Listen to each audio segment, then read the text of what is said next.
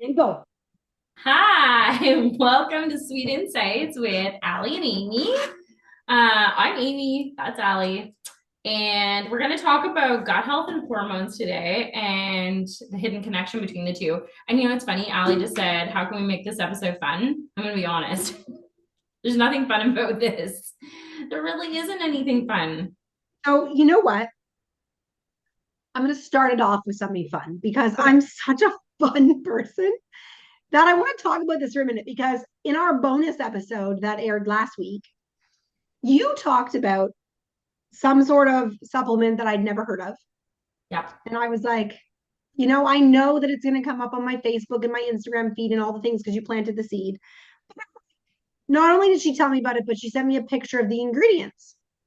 And I'm like, oh, so so if you didn't listen to the bonus episode, it's called Primal Queen. And I know nothing about this company. I know nothing about this product, but I decided to look at it because Amy sent me a picture. And the picture she sent me showed me that it was made with bovine, I don't know how you say it. Bovine. Yep, Um, bovine. bovine, uterus, bovine, whatever. And I'm like, what the heck is this? So I looked it up. I want to know if you know what it is. If I know what it is, Do you know what bovine is?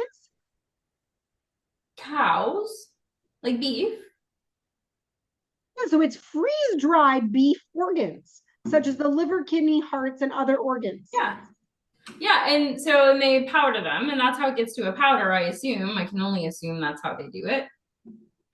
Because you're not actually like eating the organs. Like they're not sending you like bite-sized pieces of a But you are fallopian tube. technically eating the organs because they freeze dried them and crumbled them But I, into a powder. So you right. are eating beef uterus. Yes, but I meant like you're not sitting there munching on a fallopian tube. like, just, I just But can't. I guess my question becomes, and again, I have not done any research on this. So it could be like, I literally looked and was like, oh, this thing that she wants, like, it's not magnesium and like other things. It's like, here's a beef uterus. So what I want to know, because this is how my brain works, Yeah. is does it make a difference when in the cow's form of life, when it was murdered so that you could have its powdered uterus, does it make a difference what stage of the life cycle that cow was in? Like, I what don't if that know. cow was in menopause? Does that make it better or worse for you? Or what if they were fertile when they were, Do you know? cat and do cows go into menopause? Like, is that even a thing? Like, I'm sure there's veterinarians on here or farmers or somebody that's going to be like, you guys are ridiculous, first of all. But also, My commitment was to making this episode more interesting. And these are the types of questions that I have. well, you certainly did. I do know that it specifically recommends this for people in postmenopause because of the nutrients that you get from these organs. And they're all supposedly sourced from grass-fed, pasture-raised cattle, and in Argentina, no less. I mean, So I guess my question is that what's the difference if you use a beef protein powder or you use this supplement? Like, yeah. like here a Reddit person mentions that they experienced heightened energy and more manageable periods after several months of use. Yeah. Controversially, others have reported adverse effects such as headaches, stomach discomfort, and no noticeable difference. Another Reddit user shared experiencing daily headaches and reduced energy levels after taking it. And they also say it depends. I think if you're like if you're obviously if you're vegan, you're not having this, but if you don't eat much meat, if you're vegetarian or something, or just not vegetarian, but you don't eat a lot of red meat, I assume that this would affect you, right? And it even says like you could have effects. Like if you're somebody who eats, like if you're pescatarian or something, like, and then you go and have this, which again, they would never, I just assume not. But it's supposed to give you like 4 times more vitamin A than lettuce, 14,000 more CoQ10 than cauliflower, 3 times more iron than kale, 100 times more vitamin B12 than spinach. And it goes on. Like I could read it all, but like better than broccoli, better than oats, right? So I Okay, guess so it I just depends. fun facts, fun facts. So the difference between bovine uterus powder and beef protein is they're sourced differently. One is so the uterine powder is freeze dried and desiccated cow, whereas beef collagen is hydrolyzed from muscles, tendons, and collagen. Which makes sense. So, because a lot of people add that stuff for collagen purposes. Um, the uterine contains peptides, natural hormones, cofactors, and micronutrients like vitamin B. Selenium and zinc and so much more. Yep.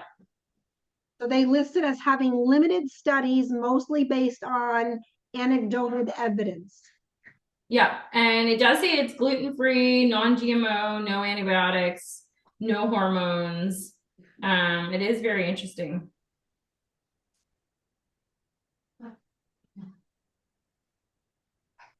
Huh. There, the more you know. Do they recommend it for perimenopause though? Because it says here that they recommend it for reproductive health. I think there's a whole bunch of different options because it does also recommend for like if you're low in any of those items that we talked about, like vitamins, essential minerals, omega-3 fatty acids, that any of it would be good because so it also recommends it for, like I said, post-menopause, but also they're talking about it for the stubborn weight loss and things like that you would have during menopause. So I don't know. Very, Anyways, Amy again, really very wants you to interesting. tell her if you've taken this before or if you know anything about it. Yeah, absolutely. There you go. You just made the whole episode better. You know, now people know. Yep. It's kind of like that thing. Did your dogs, what are those things called? Bully sticks? Bully Yeah. sticks. Mm-hmm. You know, Yep. it's like when you get a bully stick and you don't really know what it is until your dog licks your face, and then you're like, oh, what did you just eat? Fun facts. Anyway, let's dive into how our gut health influences our hormones. And, you know, this really comes into play what we talked about before about nutrition and hormones. Nutrition and hormones are really closely linked. And when we experience gut issues, you know, we can experience both, right? Hormone issues, gut issues, all these things can be going on in our bodies at this stage of life together. You know, like look at the gray hairs that Ali is experiencing. You know, I think this is also a symptom of perimenopause. I think it's getting worse. Um, anywho, but when we're looking at our gut health, a lot of times what we're going to notice is bloating, constipation, irregular digestion, um, you know, skin issues are going to be really related to our gut health. So we might notice more acne, rosacea, eczema, increased cravings, unexplained weight gain, brain fog, mood swings, fatigue. All of those things are going to come from our gut. And so it really goes into, you know, what are we putting in our gut? How does our digestion change throughout the different phases of our life? Some people might notice that their digestion changed post pregnancy, during pregnancy, things like that. Sensitivities for food can change as we enter perimenopause, as we enter menopause. Those things will change as well. And so, really learning how to listen to our bodies and adjust our things accordingly is really, really important. Absolutely. And while you were talking about that, it just made me think of all the times that, because we're going to talk about the connection, all the times that I hear of these symptoms from my teenager. And then I think about all the times that she is stressed. So when she's stressed and she's up here, all of these symptoms are also up here for her as well, which is really interesting because it's not just about perimenopause or menopause. Like this happens to everyone. So again, you know, the elephant in the room really is more noticeable and common than we think. So key And I hormones. think if we look at some of like the key factors, right? When we're stressed, are we having more processed foods? Are we making healthy choices? Are we fueling our body?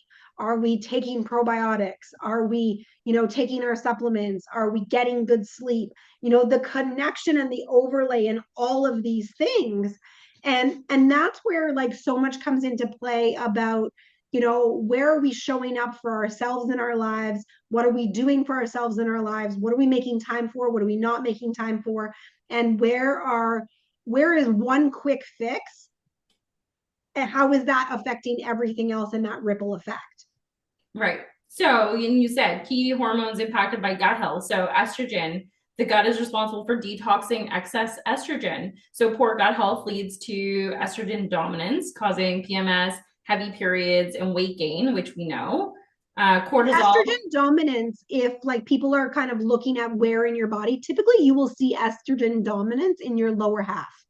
We'll see bigger hips, bigger butt, bigger thighs. Like that's where, when we are estrogen dominant, that's where it sits. Estrogen belly. We hear about that all the time too, like your lower gut. Mhm. Where's your cortisol? Where it sits more in your waistline at Um, that higher stomach area. right. So chronic gut inflammation, like you said, increased stress hormone production, making you feel more anxious, drained. Again, we talk about cortisol every episode. It just doesn't go away. And yeah, and again, same thing, like the hormone belly that people talk about all the time associated to menopause, it comes from those things. Insulin, unhealthy gut can contribute to insulin resistance, blood sugar crashes, which we've talked about, energy dips. We've talked about all of those things. Anything to add? Yeah, definitely your thyroid hormone, right? An inflamed gut can slow down the conversion of T4, causing you to have inactive thyroid hormone, and leading to symptoms like fatigue and brain fog. And so that's really important that you're having regular blood work. So whether you're going into fertility years or you're coming into perimenopause, like, are you having regular blood work? Is your primary care practitioner looking at those levels to make sure that none of those things are contributing to your problem? And making sure that those things are balanced out. Are you in optimal range or are you in normal range? They're not the same thing. So you can be in normal range but not in optimal range, which means maybe supplementing with something is going to make it more effective, which is going to make you feel better. One of the naturopaths that I've been working with has been doing a whole bunch of TikToks and videos on iron levels, right? And so we know that as women, we struggle to keep our iron and our ferritin levels up because we have that menstrual cycle every month. So we're kind of chasing our tails that if we have a heavy cycle that lasts a long time, we're depleting our iron stores on a regular basis. And so are we supplementing iron? Do we need to supplement iron? Each province in Ontario actually rates a normal range of ferritin differently. So Saskatchewan rates it at 70 is the baseline, whereas Ontario puts the baseline at 10. So you really want to not only just look at it with your primary care, but you want to look at it yourself too and know what are those optimal ranges to feel like your best self. Because anything below 70, you're not going to feel good. Mine tends to like to sit around 15 as a celiac. So if I'm not taking a high dose iron on a regular basis, I can't get it above 15. So even with a high dose iron supplement, I'm lucky if mine ranges at about 45.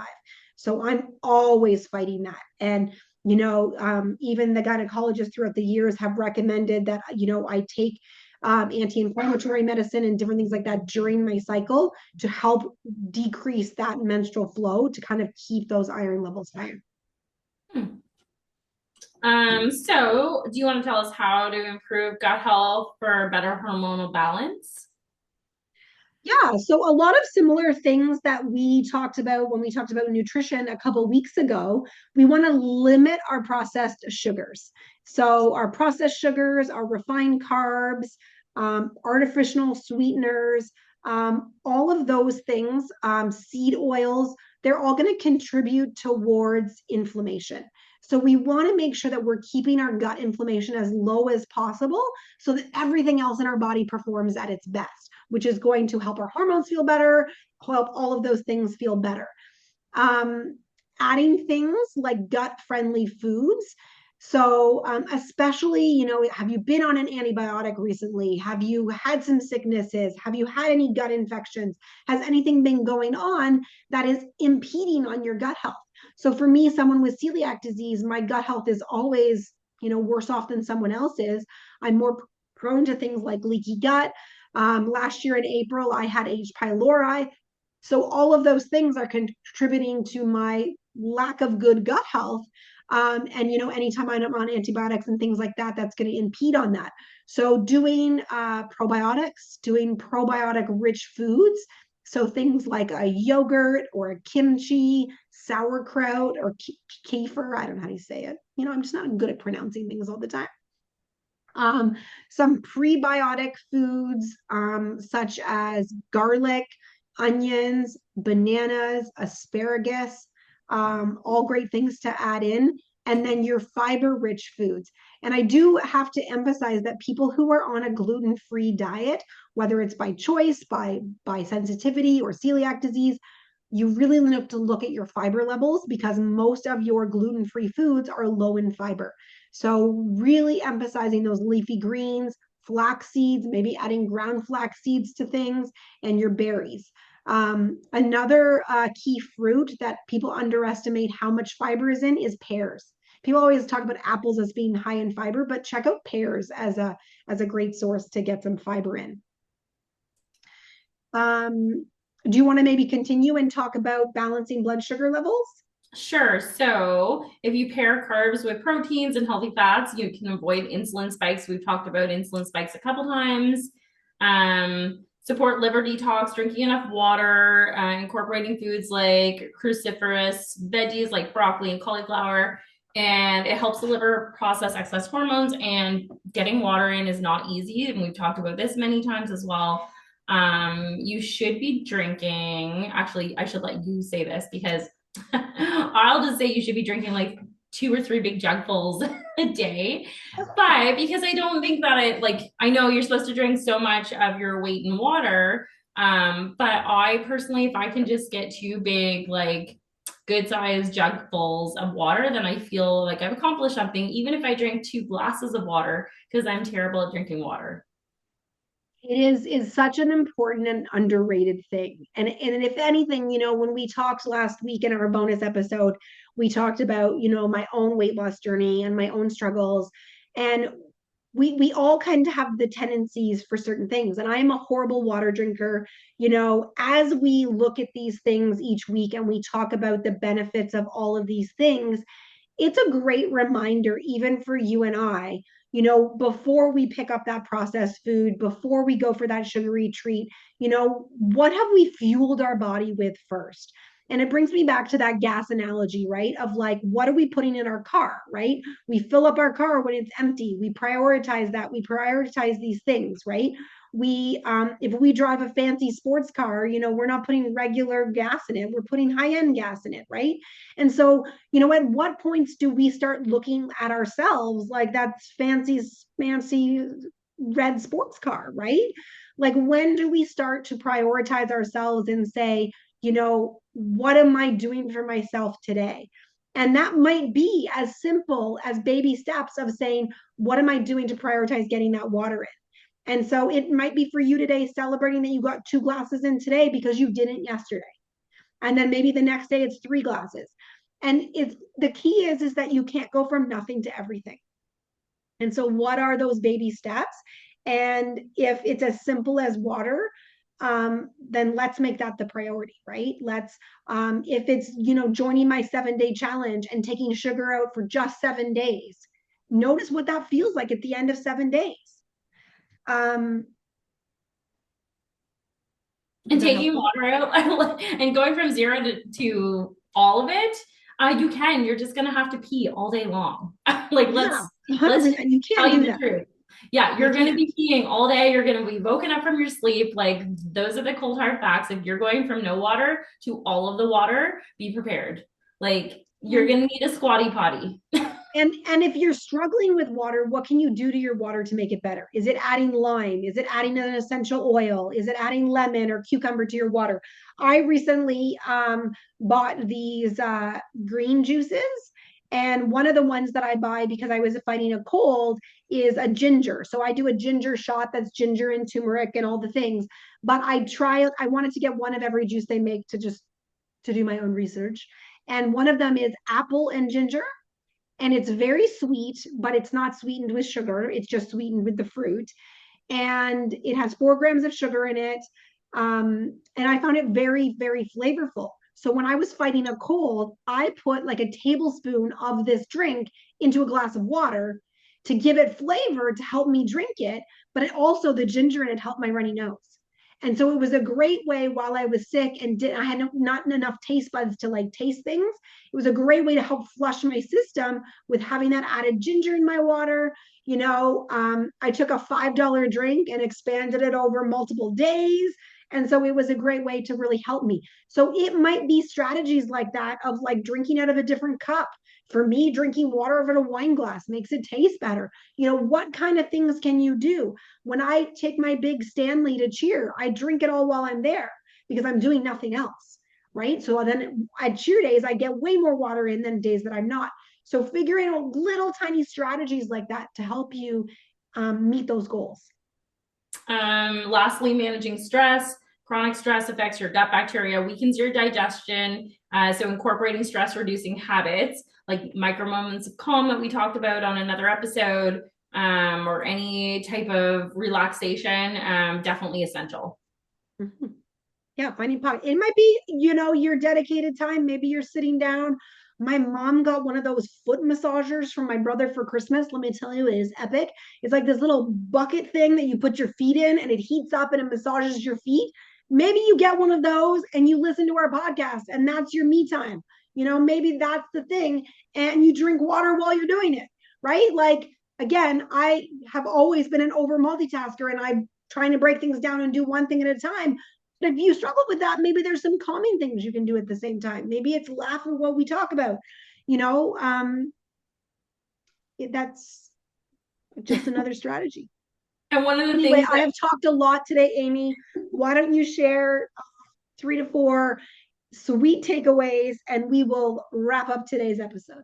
I will. And I'd say one of the things that when you manage your stress, it's going to help give you mental clarity. So that's one of the things that I wanted to add to that. Like that is part of it.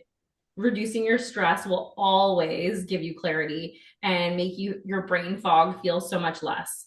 So some sweet takeaways: swap one of your processed foods for a gut-friendly alternative this week.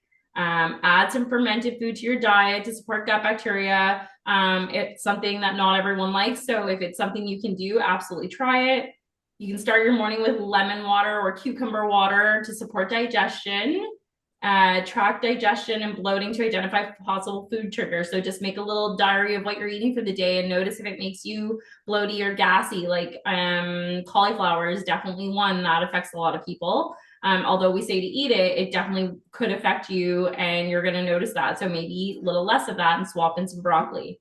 Some people, if I jump in there too, is some people do better with cooked versus raw. So if you do better with cooked, then eat it cooked. I will blanch broccoli and throw it into salads cooked as opposed to eating it raw because I digest it better. Absolutely. And then try stress reducing activities like deep breathing, gentle movements. It will help improve your gut health. Go for those slow, relaxing walks. And if you enjoy our podcast, tell a friend and let them enjoy the laughter and fun that we bring to even a boring episode about gut health, because, I definitely did share some humor at the start. Thanks. Yeah. Thanks for joining us. Thanks, Amy. Bye.